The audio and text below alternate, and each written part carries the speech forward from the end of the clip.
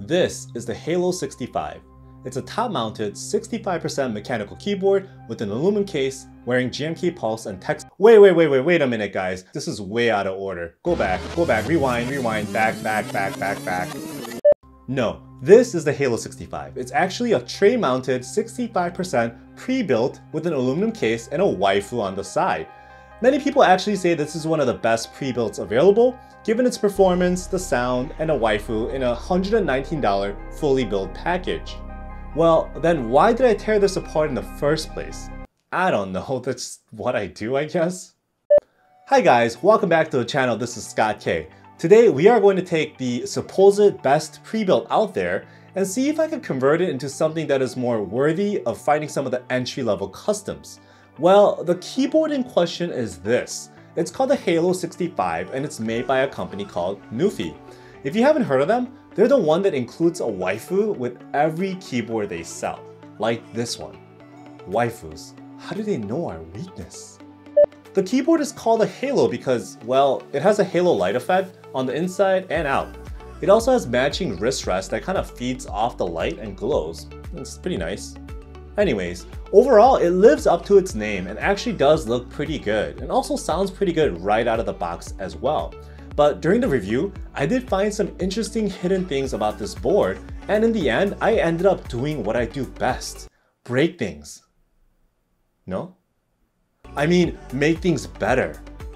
Full disclaimer, Nuphy did send me the sample, but opinions are of my own, and all the shenanigans are also my own doing.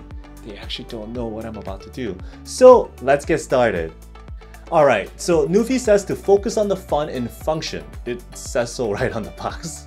The box also shows you that inside the Halo 65, you have a dampener kit included. Oh, flip it over, bam, the waifu, a sneak preview of what's to come inside. Open the box and then bam, more waifus? Oh my lord, how do we handle all these waifus at once? This is a sticker pack for your laptops and car windows and back of the TGR Janes to kind of like spruce it up a little bit. At first glance, the Halo 65 is actually a very clean looking board. Plus the provided keycaps match the board pretty well. This also comes in black if that's your preference. Underneath the keyboard itself, you got some accessories. Nuphy includes extra keycaps for the Windows users, as well as some colored modifiers for a little bit of pop of color. Also has some decent keycap and switch pullers here with some extra switches for you to try out just in case you don't like the one you ordered. So this is a pre-built, so everything comes out of the box in working order, no assembly required. The Halo 65 features a top case that is aluminum and a lower case that is plastic. Overall though, the feel of the keyboard is pretty solid and has a nice heft to it as well. The keycaps they provide are KOP profile and PBT double shot, so overall they're pretty thick and feel pretty nice to type on as well. The Halo 65 is a wireless capable keyboard, which means that it can do both Bluetooth as well as the classic 2.4 GHz receiver. The receiver is actually located in the back of the keyboard like this, and it's magnetic so you kind of pull it off. So once you actually pull it out like this, then you could actually take this and connect it into the computer. Oh, it also features these flippy feet, so you can have a lay flat or you could also have two different adjustable settings to dial it in for that perfect angle you're looking for. Overall, it's a pretty good looking board in my opinion. It's clean, it has a bunch of features, and seems to tick all the boxes so far. Now, Nuphy offers a special Halo 65 compatible wrist rest right here. So it's like an aluminum trimmed frosted acrylic wrist rest that actually pairs up pretty nicely with the Halo 65. So if you take the KOP caps off, you have this. Mine came with Gataround browns. These are actually the Gataround Pro 2.0 browns, so they're pretty nice and smooth and very tight. But you also have the option of upgrading these to the baby kangaroo switches, so my recommendation is actually do the upgrade. As much as we all love Gataround browns, the baby kangaroos are actually tactile and they sound nicer too, so check it out.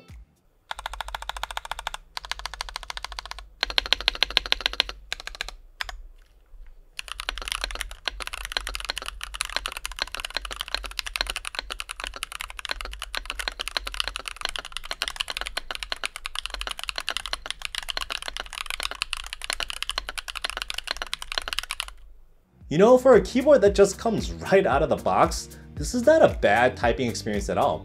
What I was most surprised was with the stabs. They were lubed and they actually worked. For 90% of the people that buy the Halo 65, you'll be happy with this setup right here, and no need to do anything else, honestly. I see why people now say that this is actually a pretty good pre-build, because it is. But I'm Keyboard and not the 90% of the people, so let's tear this thing down. With all the switches removed, you can see that the Halo features a hot swap north-facing LED PCB. In addition, you get a glimpse of these aqua plate-mounted stabs. Then, what is this? There's this gray layer of something underneath. Well, we'll find out what that is very soon. Plus, you can also see the telltale signs of a tray-mounted design right here as well. See the screws right here. Now, unscrew everything, and you also pry the top off the bottom. This is also held together by some pretty beefy tabs everywhere, except for the bottom edge, so you gotta kinda get in there. And now you see what's up inside. First of all, when they say dampening kit, there definitely is some dampening in this case. It's a pretty substantial custom silicone fill. You know what this actually reminds me of? The NK65 Entry Edition. Since this is a wireless keyboard, you may also see the 4000 mAh battery pack right in the center. It also has a daughter board. Pretty impressive for a $119 fully pre-built keyboard. But wait a minute, what is going on here? Obviously, this is a tray mount keyboard, right? But what's up with this top? The PCB and the plate is actually top mounted? Sure is. You can see how the plate is screwed into the upper case right here. This definitely reminds me of the original NK65 Entry Edition. Speaking of the upper case, you can see how there's a light diffuser kind of built into the upper structure. So this is how they get the halo effect on the inside. Now, you take the top apart and you see that the plate is actually a heavy steel plate. The stabs are plate mounted, but they actually fit really snug and tight, so it's a pretty good sign right here.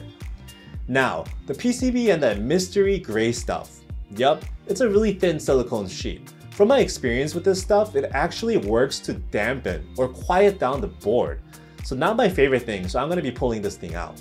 Here is a good look at the PCB with the north-facing configuration for that RGB effect. But surprisingly, you got Gateron hot swap sockets below. At this price point, that's actually a pleasant surprise. If you're paying attention to the beginning intro, I said something that should give you a clue to what I'll be doing. Yes, chop off all the lower standoffs. Well, all of them except this one on the bottom. This is what we're going to be doing here. The bottom edge doesn't really have a clip tab, so you need to actually keep that one little one so that you could completely make everything snug at the end. So why are we doing this? Because this thing has the ability to be top mounted. Top mounted keyboards doesn't bottom out as harsh as a tray mount and has one of the best sound profiles, so why not, right? The Halo 65 is fully capable of doing this. But one thing that is still missing is the plate dampener. From my experience with steel plates, it actually benefits from a dampener to kind of control that steel resonance. It's not the most pleasant sound. For that, I will pull out my trusty foam tape here and make my own. This is like the classic keyboard channel content stuff right here, guys, from my Tofu and my GK61 days, remember that? This is what it looks like. Doesn't have to be fully sealed, just enough to control the plate resonance.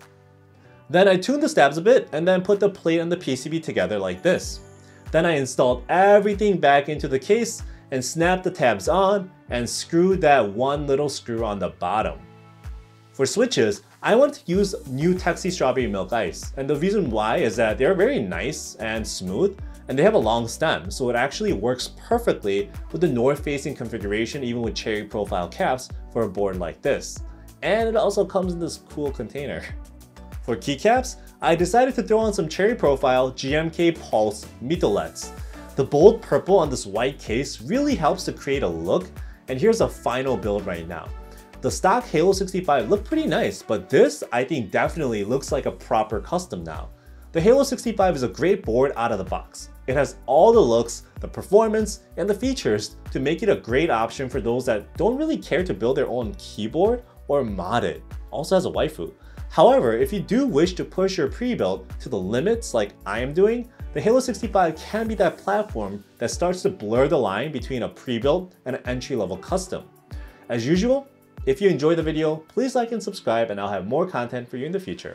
So now enjoy the final typing results and let me know your thoughts in the descriptions below. Thanks.